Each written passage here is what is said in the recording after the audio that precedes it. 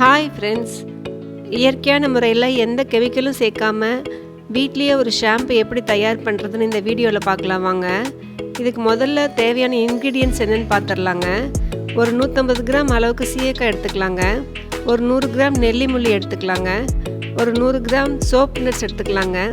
ஒரு 25 கிராம் வெந்தயம் எடுத்துக்கலாங்க. இதையெல்லாம் நல்லா தண்ணி ஊற்றி சுத்தமாக நல்லா கழுவிக்கலாங்க. கழுவுனதுக்கப்புறம் ஒரு 3/4 லிட்டர் அளவுக்கு தண்ணி ஊற்றி ஊற வச்சிடலாங்க. Over night ஊறட்டுங்க. இப்போ ஓவர் நைட் நல்லா ஊறிடுச்சுங்க. நல்லா ஊறினால அந்த சோப் நட்ஸ் இருக்க கொட்டையெல்லாம் எடுத்தால் டக்குன்னு வந்துடுங்க. நமக்கு அந்த கொட்டை தேவையில்லைங்க. இந்த சோப் நட்ஸில் இருக்க தோல் மட்டும் போதுங்க. இதில் இருக்கிற இன்க்ரீடியன்ட்ஸ் எல்லாமே முடி வளர்ச்சிக்கு ரொம்ப ஹெல்ப்ஃபுல்லாக இருக்குங்க. சீவக்காய் நல்லா முடி வளர்ச்சிங்க. நெல்லிமுள்ளி ரொம்ப இரும்பு சத்து ஜாஸ்திங்க. அதுவும் முடி வளர்ச்சிக்கு ரொம்ப ஹெல்ப்ஃபுல்லாக இருக்குங்க. சோப் நட்ஸில் இருக்க அந்த நுரை நம்ம முடியில் இருக்க அழுக்கெல்லாம் நல்லா போயிடுங்க. வெந்தயம் முடியை நல்லா சாஃப்டாக்குங்க.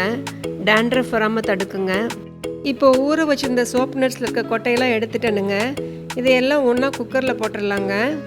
ஊற வச்சுருந்த தண்ணியை எடுத்து அதில் ஊற்றிக்கலாங்க. ஒரு கத்தாழையிலேருந்து ஃப்ரெஷ்ஷாக ஜெல் எடுத்துருக்கணுங்க. அதையும் இதில் சேர்த்து ஒன்றா கலந்துக்கலாங்க. கத்தாழை முடிக்கு ஒரு நல்ல கண்டிஷ்னருங்க. முடியை நல்லா சாஃப்டாக்குங்க. இதெல்லாம் ஒன்றா நல்லா மிக்ஸ் பண்ணிக்கலாங்க. ஸ்டவ் ஆன் பண்ணி குக்கரை வச்சு ஒரு 3 விசில் விட்டுறலாங்க. 1/4 மணி நேரம் கழித்து ப்ரெஷர் அடங்கினோடனே வெயிட் எடுத்துகிட்டு குக்கரை ஓப்பன் பண்ணிடலாங்க. நல்லா ஆற விட்டுறலாங்க. ஆறுனதுக்கப்புறம் ஒரு மிக்ஸி ஜாரில் மாற்றி அதை பல்ஸ் மோடில் போட்டு எடுத்துக்கலாங்க. பல்ஸ் மோடில் போட்டு அரைச்சி எடுத்துட்டேனுங்க. அரைச்ச பல்ப்பை திருப்பி ஒரு பாத்திரத்துக்கு மாற்றிடலாங்க. இதை அப்படியே தலையில் தேய்ச்சோம்னா தலையெல்லாம் திப்பி திப்பியாக நின்றுக்குங்க. அதனால இதை நல்லா ஃபில்ட்ரு பண்ணிடலாங்க.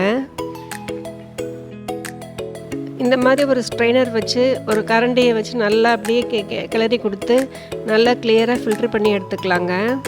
ஃபில்ட்ரு பண்ணதுக்கப்புறம் அந்த அடியில் தங்கியிருக்கிற பல்ப்பு வேஸ்ட் ஆகுதுன்னு நினைக்காதீங்க. அதை ஒரு பேக்காக தலையில் போட்டு தலை குளிச்சுக்கலாங்க.